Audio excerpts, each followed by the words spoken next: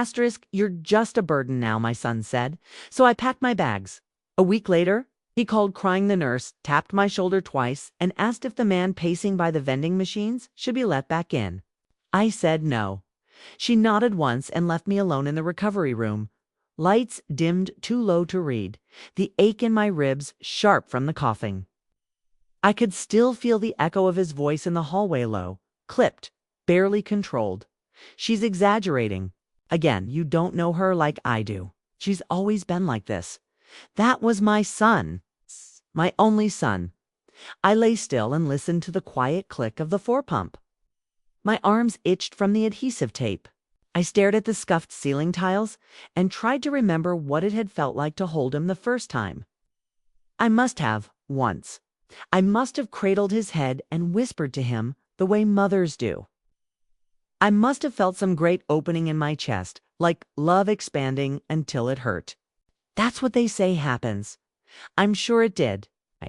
But the memory won't come when I summon it now. All I see is the outline of him from the hallway, taller than I remembered, jaw tense, hands in fists.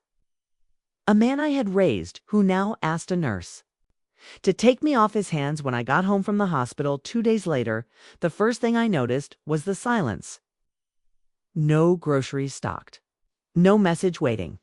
Just a pale yellow envelope on the kitchen table that said, in his handwriting, "Call me when you're ready to be reasonable." I put it in the trash unopened. I sat in my chair by the window, the one where the sun used to fall in the afternoon.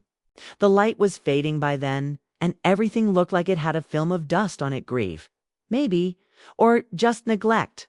I reached down to pet the dog, forgetting she'd died in March. My hand closed around Air. I didn't cry. I just said her name once, under my breath, like it would echo somewhere she could hear it. Later, I heated soup. It's the same kind he used. Too, like when he was 10 and always had a cold chicken and rice, barely salted. I ate it slow and quiet, spoon tapping the side of the bowl. I couldn't taste much. The medication had left a coating on my tongue. Or maybe the betrayal did. It's hard to say. Everything goes flat when love turns like that. At around midnight, I heard a key in the lock. My heart didn't race. I didn't get up. He stood in the doorway, didn't look at me, and said he'd come to pick up some of his things. I asked him what things, and he shrugged like it didn't matter. He moved around the apartment with the soft arrogance of someone who knows nothing. Will be asked of him. He opened drawers and left them that way. Took the charger from the kitchen, the framed photo from the hallway, the last of the coffee. I didn't say anything until he reached for the folder on the desk. "That's mine," I said. He paused, tilted his head a little. That's the house paperwork. I've been managing it for years." He gave a little scoff, like I was being ridiculous, and said something about how maybe it was time to stop pretending I was capable of all that now. Time to hand things over. I said I wasn't pretending. That was when he looked at me like I was nothing. Not hurt, not angry. He's tired of me. "You're just a burden now." He said it like it was a fact, like he was explaining the weather. He left before I could answer. The door closed quietly. I heard the key turn, not locking it, just habit. Then his footsteps faded and there was a strange kind of peace in the room, like everything had shifted an inch to the left. Like I wasn't who I'd been an hour ago. I sat still for a long time. I watched the moon stretch across the hardwood. I waited for the feeling to pass. It did in single quotes. T. Instead, something cold and clear settled inside me. Not rage, not even sorrow, really. Just the understanding that I wasn't going to wait for anyone to save me anymore. I had waited too long already. Years, maybe. I'd waited in kitchens and in cars, at the foot of stairs, in the second row at his graduation, on quiet holidays with cold ham and no phone call. I had given the kind of love that erases you. The kind that lets someone believe you will always be there, no matter how little they return. And I had been there. Too much, too long. I got up and pulled the folder toward me. My name was still on everything that mattered. I checked the dates, reviewed the signatures. flipped each page like it was a small breath of air I was reclaiming. I sat there until morning, not because I couldn't sleep, but because I didn't want to miss the moment the light came back. I wanted to see, clearly, what it would look like. To begin again, before the forgetting, before the silence, before the sentence that cracked something in me, there was love. Or at least, there was something I understood as love. A daily rhythm of giving.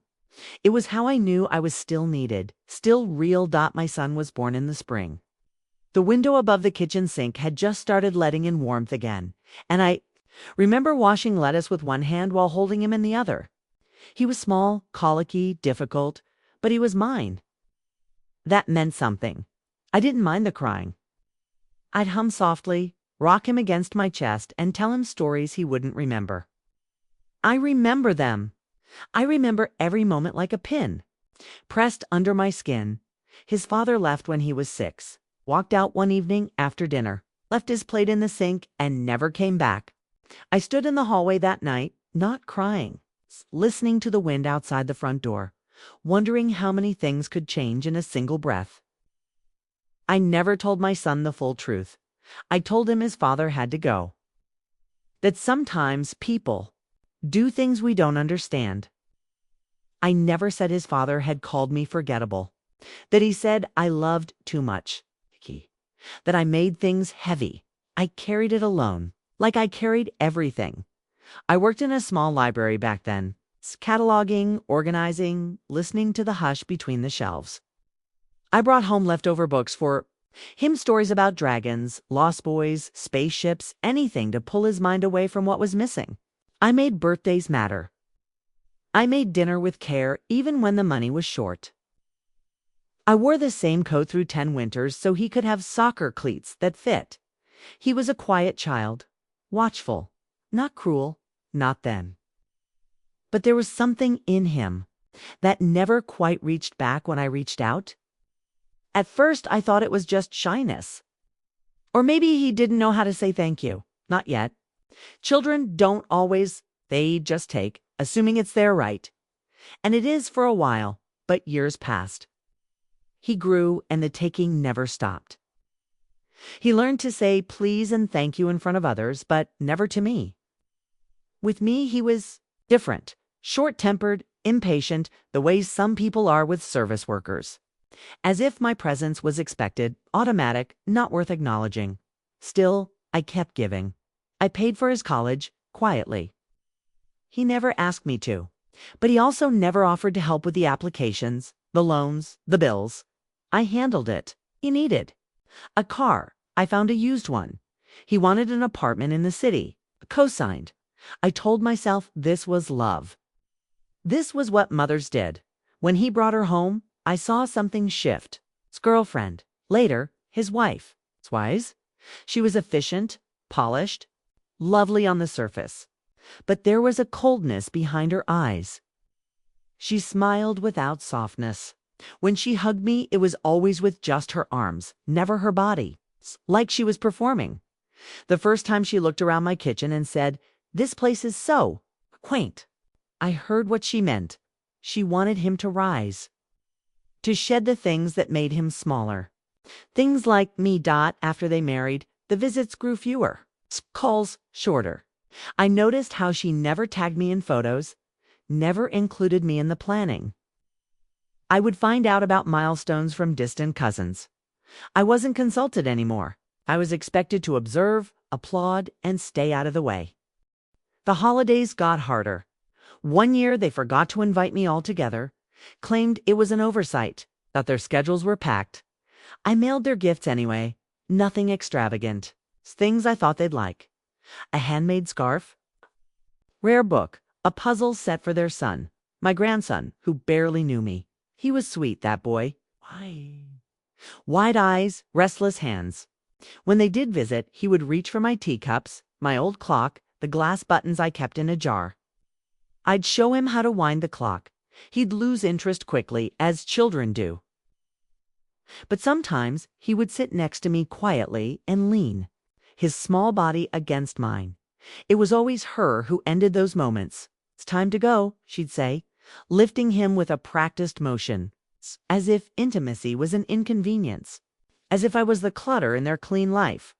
Still, I held on, sent cards, I offered babysitting, tried not to mind when I was left on read. That's what they say now, isn't it? Left on read. He changed his tone gradually. Subtle corrections. At first, little comments about how I shouldn't push myself, how I should let them handle things. I thought he was being considerate at first, until I realized he meant it literally. That I should stop making decisions. That I shouldn't expect to be part of conversations that involved money, housing, health. He stopped asking if I needed help with errands. Started asking if I'd thought about moving into a smaller place, less to manage. Fewer stairs, more convenient. He never said cheaper for him, but I heard it in the space between the words. I ignored it. I wasn't ready to believe the shift was permanent until I found the voicemail one evening. It wasn't meant for me. He thought he'd hung up, but the message kept recording. I heard her voice. Flat, UNBOTHERED. She doesn't know we're already. Moving the paperwork, it's easier this way. It's just smile and nod, and then his voice. She won't fight it. She never does. I sat on the floor for a long time after that. The kettle had boiled dry. The dog was still alive. Then she came and rested her head on my knee. I touched her ear softly. I didn't cry. I didn't even move. Something deep inside me folded itself up. Quietly. That was the night I stopped making excuses. That was the night I began remembering who I used to be. Before I was his mother, before I was someone's afterthought, before I let them make me small. I didn't ask them about the voicemail. I didn't forward it or play it back for anyone else. Didn't even delete it. I just saved it under a name no one would recognize. June wind and moved on. Silence is a powerful thing. Lets the truth settle where it belongs. I started watching, not like a detective, not with suspicion or bitterness, just clearly, quietly. I looked over. Bank statements, old emails. A few things began to stand out, not what was there, but what wasn't. The insurance I used to be listed on, gone. My name missing from documents where it had always belonged. Their calls to the utility company, the leaseholder line, little. Adjustments I never approved. I noticed they'd been making decisions on my behalf for a while. Changing addresses, calling doctors, telling people I was confused. I wasn't confused. I was recovering from a respiratory infection that knocked me flat.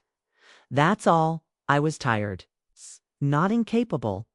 But they needed me to be incapable. It made their story easier to tell. I remembered then how his father used to make me feel the same way. Like every small failure, losing my keys, misplacing a bill was proof that I wasn't enough. Not organized enough. Not sharp enough. Not good enough to be trusted. My son had learned more from him than I wanted to admit. There was a notebook I kept tucked inside the old dresser drawer. I had started writing in it again, not because I wanted to document anything official, but because I needed to hear myself think. I wrote like I was leaving a trail back to myself. Not in full sentences. Just notes, phrases, details, I wrote down dates, what I overheard, what I found in the mail. Things like bank letter rerouted, power of attorney, check signature, spoke to Dr. Halim, confirmed change request, not mine. It wasn't dramatic. I didn't feel afraid, just alert. Awake like I'd been walking in fog for too long and suddenly the landscape had sharpened around me. One morning I went to the county office. Sat there with my folder in my lap, the one he'd tried to take. I requested copies of everything deeds, health proxies, trust amendments. The woman behind the counter was kind. She wore her hair in a high bun and spoke gently when she saw. My hands shaking slightly. Not from fear, from effort. Just holding things together. When the papers printed, I could see it all. Their plans written out in cold, clinical type. Not yet complete, but close. His name, not mine. A notarized document I didn't remember signing. It's a filing that would in 2 months turn this apartment into their asset, not mine. That explained why he'd taken the photo, the charger, the coffee. He was preparing for me to leave. He just hadn't told me. He thought I'd fade quietly. I'd be grateful for his help. I thanked the clerk and walked home slowly. The documents in a manila envelope pressed to my side like a second heartbeat. I didn't cry, not in public, not in daylight. When I got home, I made a cup of tea and sat down at the table where I'd once helped him do his homework. I spread everything out. I read every word twice. I took notes in the margins. I circled what mattered. Then I made 2 phone calls. The first was to an attorney I'd once helped through a hard time. Years ago, when her mother passed, guess she was young then, still building her practice. Guy brought her soup, sat with her in the waiting room, kept her company while she waited on paperwork. She hadn't forgotten. "Of course I'll help you," she said. Her voice was warm, steady. "You're not alone." The second call was to the motel just off Route 8. The one with the faded sign and the flower boxes that never bloomed. I'd stayed there. Once, after a snowstorm made the roads impossible. They didn't ask questions. Handed you a key and let you be. I reserved a room for a week. Just to start, I didn't leave that day. I waited. Watched. There were still things to collect. Not jewelry, not heirlooms, just essentials. Originals of documents, medication, my mother's locket, the tea tin that still smelled like lavender from years ago, a few clothes, a framed photo of me alone on a beach long before he was born. I packed slowly, not with panic, with purpose. I made a list. Crossed things off. When I finished, I took out my notebook and wrote, "Let them think I disappeared. Let them look. Let them remember I was never theirs to manage." I left the voicemail untouched. I left no note. I cleaned the kitchen, watered the plants, unplugged the lamp in the corner. Then, one quiet morning before dawn, I walked out the front. Door locked it behind me, dropped the key through the mail slot. The suitcase rattled behind me on the uneven pavement. Single bird called out somewhere in the dark. I didn't turn back. I didn't need to. The silence wasn't heavy anymore. It was mine. The motel smelled like bleach and damp carpet. Not unpleasant, just clean in a way that felt scrubbed over something older. The woman at the front desk didn't ask why I had no return date. She handed me the key card and told me the vending machine sometimes jammed, so it was best to give it a good shove. I thanked her, and that was it. No name, no history. Just a door that closed behind me with a soft, certain click. The room had a thin floral bedspread and a window that faced a parking lot. One lamp flickered when I turned it on, so I left it off. I sat on the edge of the bed, my bag at my feet, and just breathed. Not deeply, not like a movie character finding herself. Just slow and even. Like someone who had finally stepped out of a long, dark hallway into a quiet room. I didn't call anyone, didn't turn on the television. I made tea with the tiny in-room kettle and poured it into a paper cup. Then stood by the window watching. Headlights pass. I thought about how many times I had waited for other people's decisions. Waited to be asked, waited to be remembered, waited to be wanted. But now I was here because I had decided. That was new. The second night, I found a laundromat 2 blocks away. I brought my few clothes in a plastic bag, sat on a hard bench, and watched them tumble. A boy next to me was playing a game on his mother's phone. He leaned into her, sleepy and warm, and she wrapped her arm around him without looking. I didn't stare. I just watched the curve of her hand resting lightly on his shoulder. And I felt something rise up in me, not envy, not grief exactly, but something close to remembering. I thought about my son at that age. How he used to curl beside me on the couch when he was sick. How he'd rest his cheek against my collarbone. Just quiet, just breathing. I don't think I ever believed that would disappear. I thought those kinds of moments left marks that couldn't be erased. But they can. On the 4th morning, I went to the public library 2 towns over. I used their printer to make copies of the most recent legal documents. I had brought the originals, of course. I wasn't careless. I kept everything in a plain blue folder, now tucked neatly into my tote. While I waited for the pages to print, I browsed the shelves. I used to know this feeling, being surrounded by books, knowing each spine held something someone thought was worth saying. I picked up a novel about a woman who walks into the ocean and leaves only her shoes behind. I didn't borrow it. I just liked the idea. That same afternoon, I went to the bank. Not the one I used to use. It's a different branch where no one knew my face or my last name. I opened an account in just my name, transferred a quiet sum into it. Enough to live simply, enough to remind myself I hadn't given it all away. I walked out of that bank into a light drizzle, and I didn't rush. I let the water touch my hair, my hands, my face. I wasn't in a hurry anymore. No one was expecting me. No one was keeping track.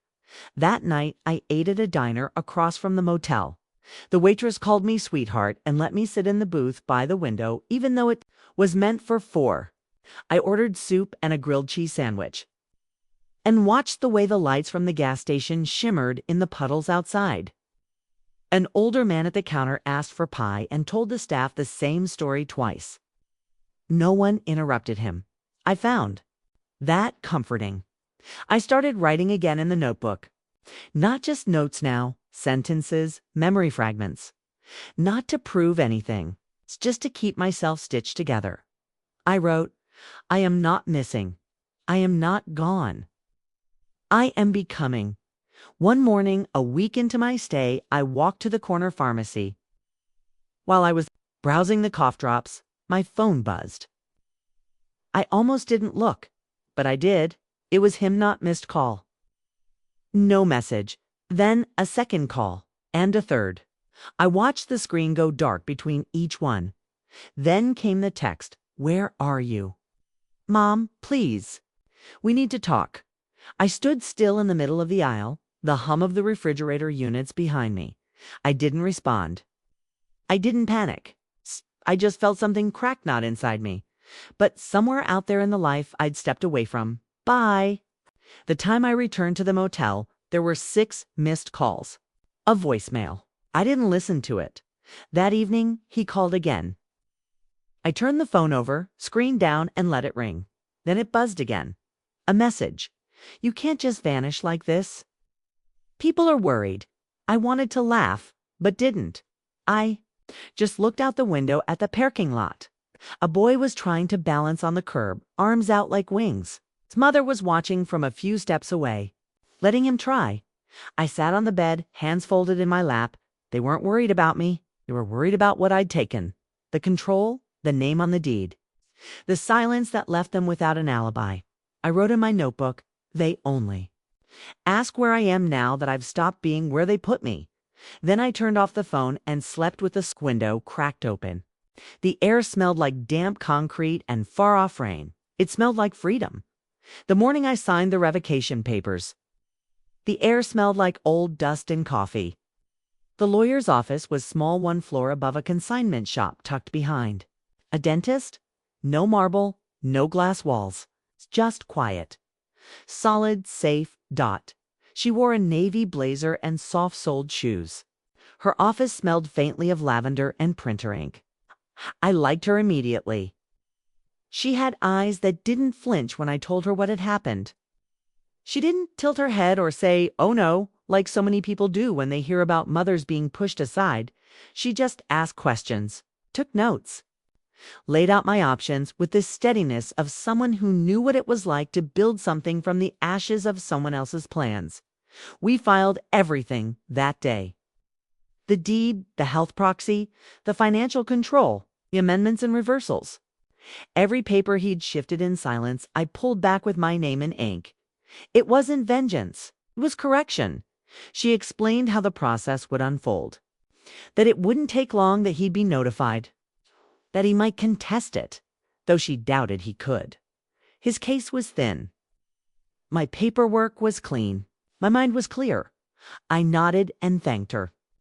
My hands didn't shake this time. Afterward, I sat in a cafe down the block, a quiet booth by the window. I had tea and a croissant and took out my notebook. I wrote without looking around, without bracing for interruption. I wrote, they wanted my silence. I didn't plan for my memory. Later that afternoon, I returned to the motel and sorted through what remained of my things. So I wasn't living out of a suitcase anymore, but I wasn't putting down roots either. I added a small ceramic dish for my earrings, a scarf draped over the mirror, a stack of library books beside the bed. Nothing permanent, but not temporary either. Just enough that calls hadn't stopped, though I no longer answered them. The voicemails grew longer, less angry, more confused, then desperate, then quiet again. It followed a pattern I recognized from years of giving too much and asking for too little. At first. How could you do this? Thing, this isn't like you? Thing, please, Mom, just tell me where you are. I never saved them. I never responded, but I listened.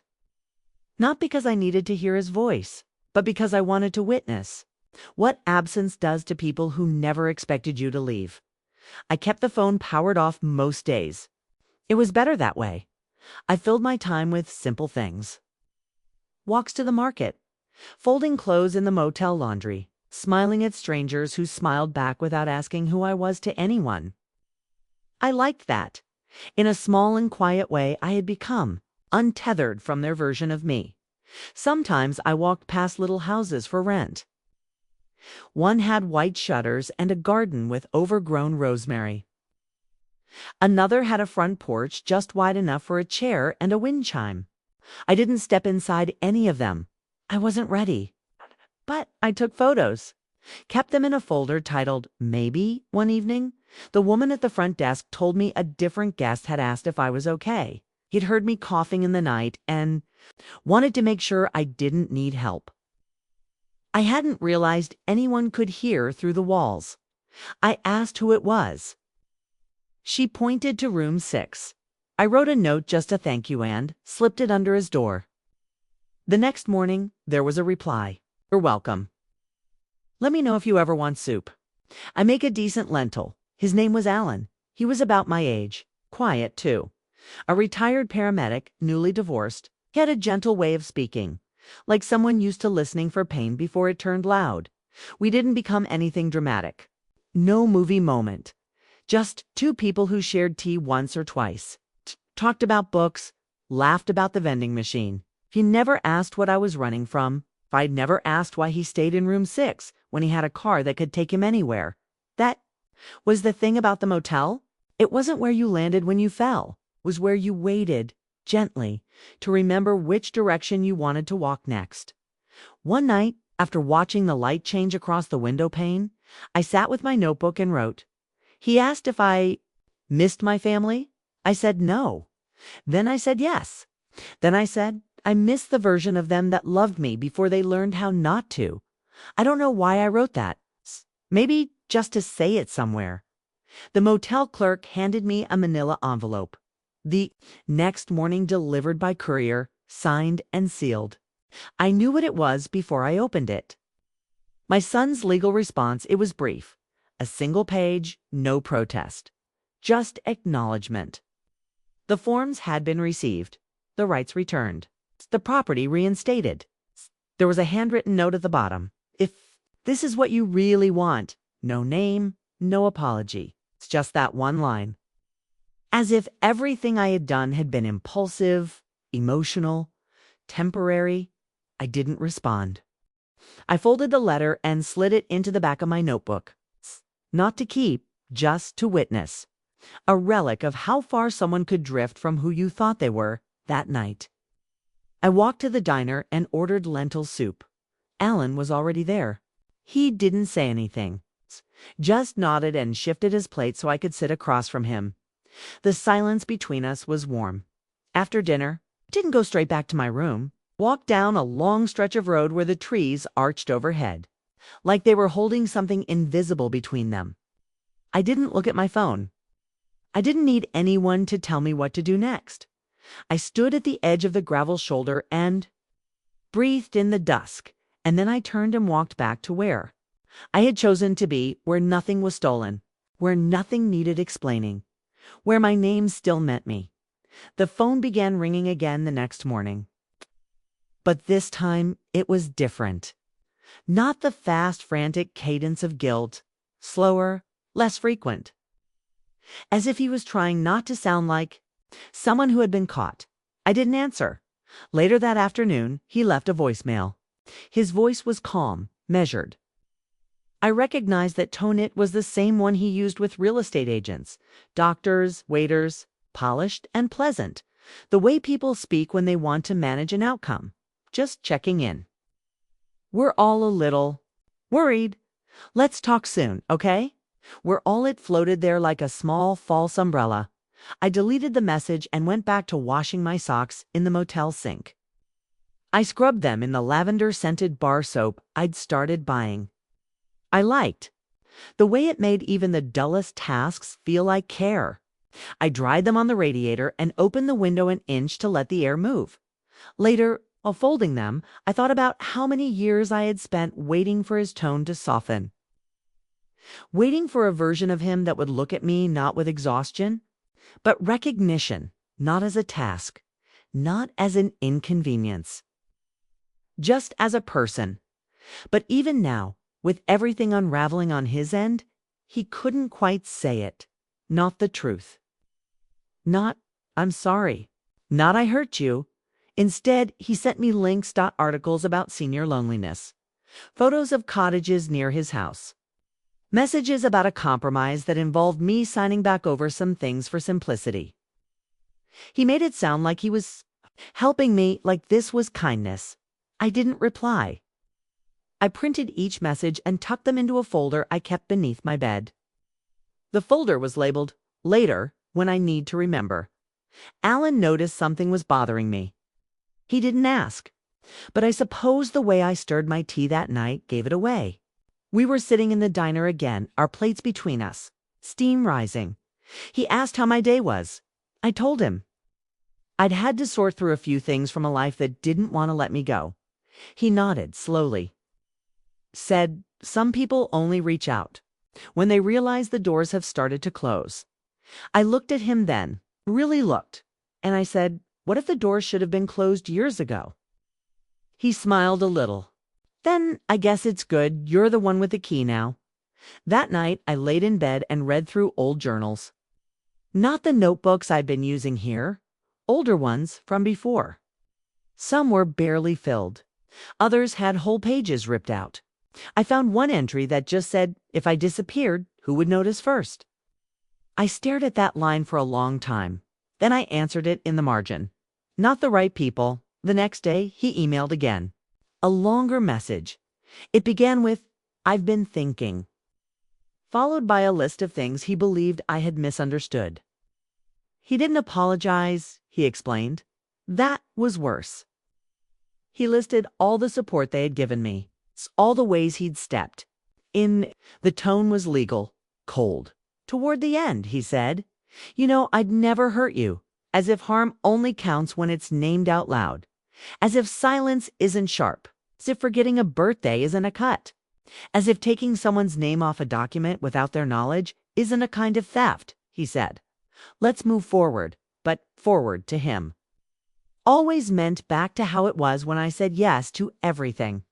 I walked to the post office that afternoon and sent one letter.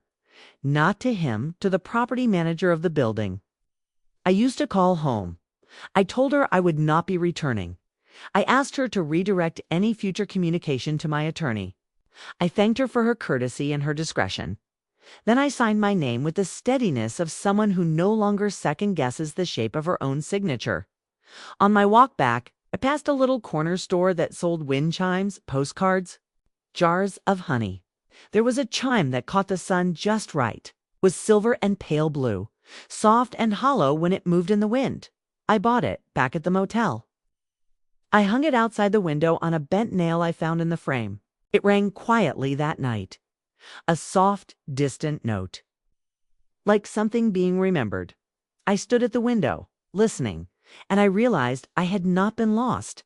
I had been buried under too many people who loved me with conditions, who measured my worth by how little I asked in return. The next morning, Alan knocked gently on my door. Had coffee.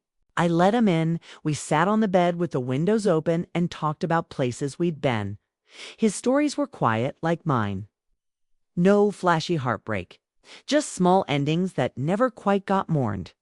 He asked what I missed most. I said, a life where? I didn't have to ask permission to exist. He didn't flinch, passed me the second coffee, and said, you don't have to anymore. That evening, I turned my phone on for 5 minutes. Just enough to read the final message. It said, you made your point. Let's not drag this out. I turned it off, not in anger, but in peace. Because some things aren't mine to carry back again. I had already walked too far. There's something gentle about a life that belongs to no one but you. No appointments, no expectations. No soft knock on your door followed by a voice asking, are you sure you should be living alone? I began waking earlier. Not out of worry or habit, just to watch the sky change. The trees across from the motel weren't much, mostly spindly pines and some low brush, but they caught the morning light in a way that made everything feel deliberate. Like even the ordinary things knew how to begin again. My routines were simple. A walk to the diner, tea with honey, a folded napkin in my coat pocket. I visited the library twice a week and always returned my books early. I learned the name of the woman who worked the desk, Maya. She had soft hands and a voice like a lullaby. She remembered my name after the third visit and started setting aside books she thought I might like. Sometimes I spoke with Alan. Other times, we just sat near each other. He brought me a poem once, folded in thirds, tucked into an envelope with no return address. I read it aloud in the quiet. It was about a woman who went walking and kept going until she found a garden with no fence around it. That afternoon, I found a bench beneath a eucalyptus tree and sat for over an hour, breathing in the sharp, medicinal air. I thought of all the places I had once belonged to. My childhood house, the rented apartment with my husband, the townhouse where my son was born, the condo they tried to take from me like I was an item on a checklist. It was always about space. Who gets to have it? Who gets to keep it? And now, here I was, in a borrowed room with thrifted curtains and nothing of value to anyone else. And I was more free than I had ever been. A woman I met at the laundromat invited me to join her for lunch that week. Her name was Diane, widowed 5 years ago. Her children lived on opposite coasts and sent her photos of beaches she had never touched. She said, I think they love me, but mostly they want to feel like they're loving me. There's a difference. I understood that too well. We shared sandwiches in the park. She liked to feed the sparrows with bits of crust. Said it made her feel less invisible. After lunch, she looked at me sideways and asked if I had grandchildren. I paused before answering. Yes, I said. A little boy. She waited. I didn't explain. I didn't say how I hadn't seen him in nearly a year. How I used to send him puzzles and books and soft wool sweaters, and how none of it was ever mentioned. How his mother never let him call me anything warmer than my name. How even my name had started to vanish. Instead, I said he used to rest, his head on my shoulder very quietly when he was tired. I still remember the exact weight of it. Diane reached for my hand then, didn't say anything, just held it for a moment. The way women sometimes do when words would only get in the way. It's strange how quickly something small becomes sacred. That night I stopped by room 6.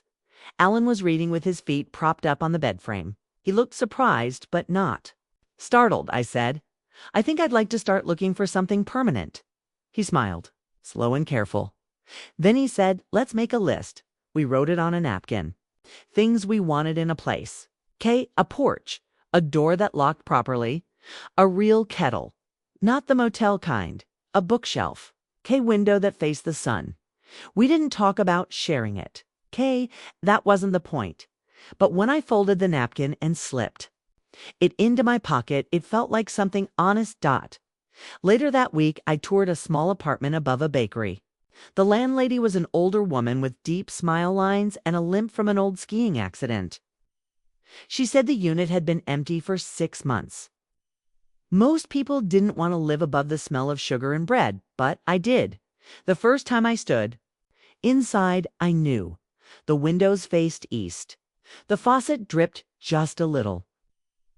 There were cracks in the tile that had been patched with mismatched grout. It wasn't perfect, it was mine. I signed the lease in blue ink, paid the deposit from the account in my name, bought 3 towels, 2 plates, 1 small pan, kettle that whistled. I moved in on a Thursday. Alan helped carry the boxes. The landlady brought cinnamon buns. I stood in the kitchen at dusk, a scent of rising dough floating through the floorboards, and whispered, "I'm here to no one." To everyone, to myself. That night, I opened my notebook and wrote, "I am no longer waiting for a life to return to me. I am living one that no one else designed."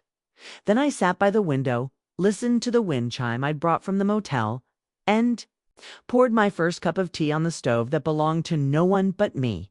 It was a plain white envelope, no return address, slipped under my new front door one morning just before 7. I found it while setting the kettle on barefoot and half awake, still wearing the robe I'd mended with blue thread, where the hem had come loose. For a second, I thought maybe it was from the landlady. She often brought notes instead of knocking little. Things about plumbing or bakery hours, or a neighbor's cat on the loose again. But this was different. He had written only a few lines. The ink was dark, as if the pen had been pressed too hard, the letters uneven. There was no salutation, no sign of warmth. Just words that filled the page without breathing space. "I heard what you did. I still don't understand it. I'm trying. We didn't mean to hurt you. I didn't mean to. I was under a lot of pressure. I thought I was helping. Can we meet?" I sat down slowly at the table. The teapot began to rattle behind me, but I didn't move. I read it again, not because I wasn't sure what it said, but because I was. There it was. Not an apology. Not really.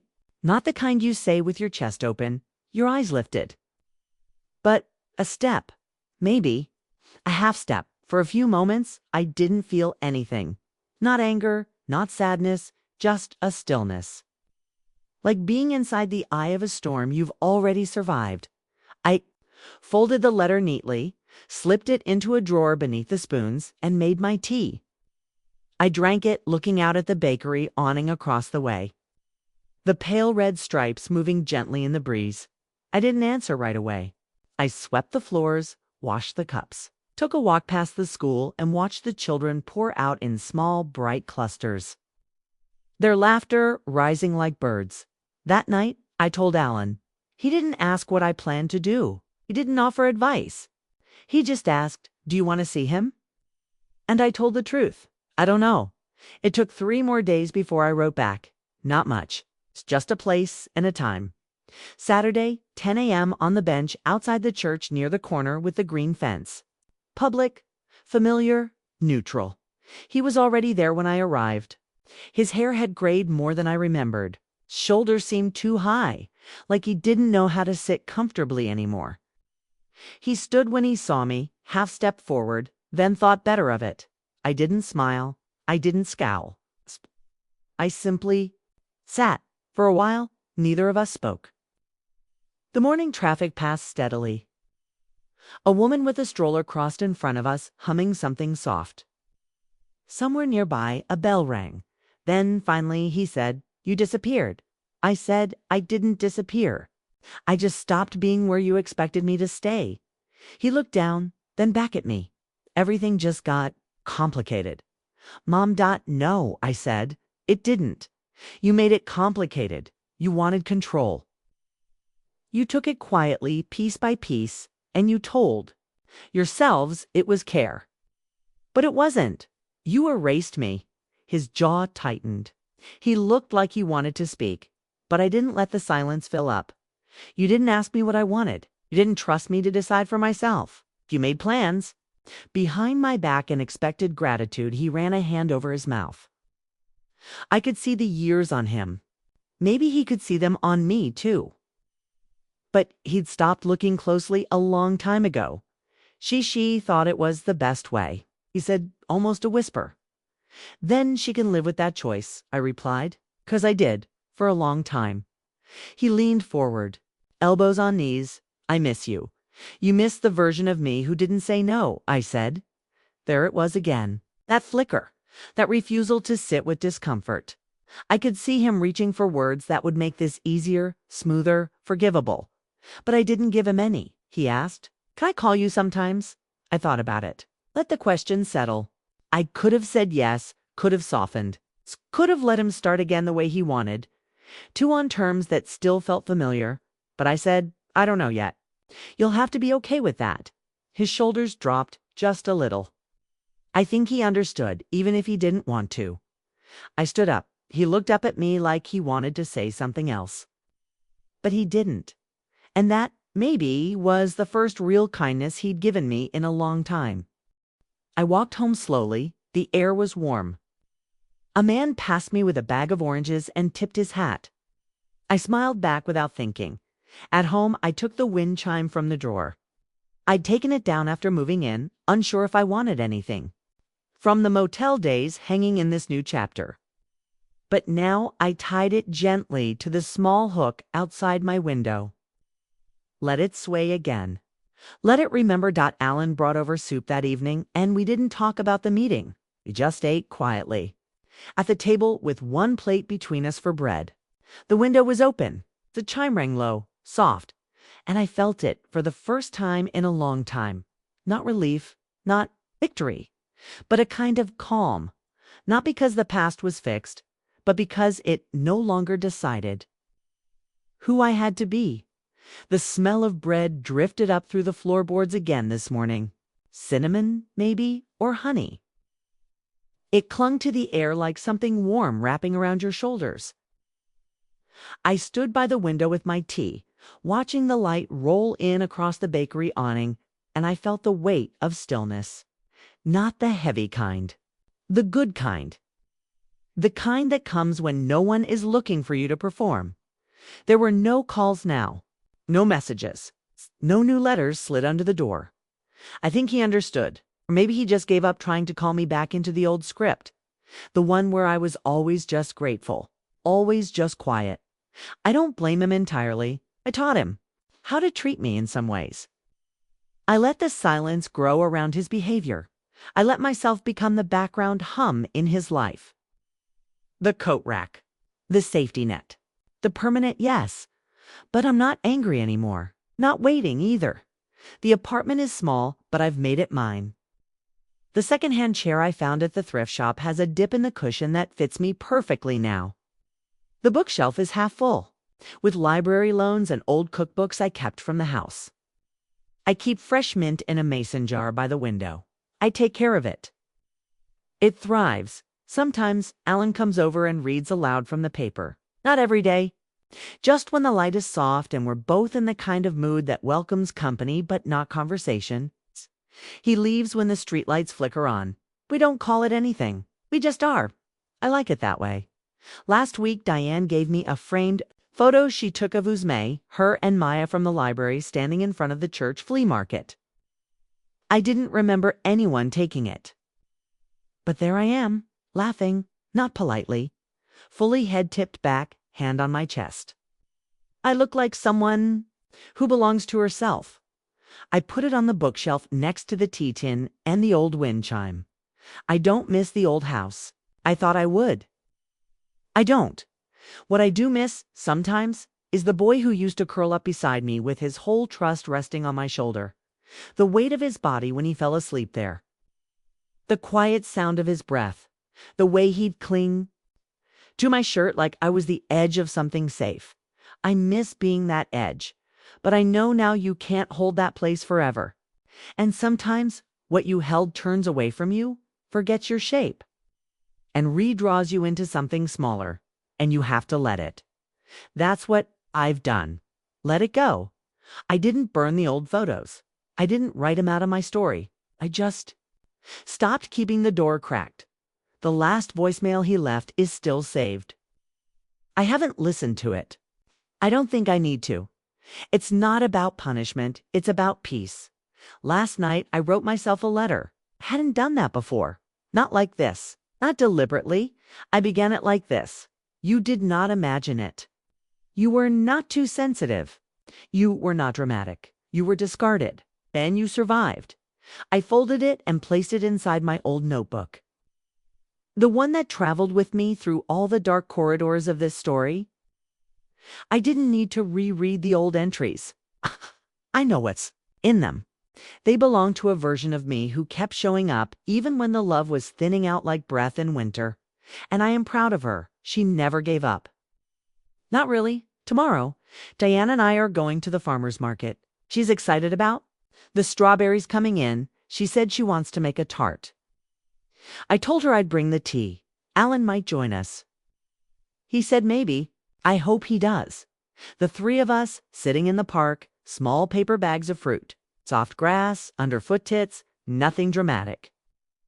But it feels like a kind of arrival. A life doesn't need to be large to be real. I used to think I had to be indispensable. To be loved, that being needed was the same as being valued. But I see it differently now. Love, the kind that lasts, isn't loud. It's someone saving you a seat. Someone remembering your favorite tea. Someone who doesn't ask why you left, just listens when you say, I had to. The sky's changing outside the window again. The last pink of the sunset has slipped behind the bakery sign. My cup is nearly empty. The wind is moving gently through the trees, and the wind chime rings once. Soft, clear, unmistakable. I think about that version of me who stood at the motel window with her bag packed and her heart half broken. Who chose silence? Who chose a room with no one waiting on the other side of the door? She saved my life. Not with anger, not with revenge, but with stillness, with saying, enough. So now, I light one small candle beside the tea tin. Not for anyone else. Not for show. Just for the quiet woman I found again in this life. This life with room for breath. This life where I am not managed or measured. This life where I belong only to myself. And this time, I decide who gets to call me anything else.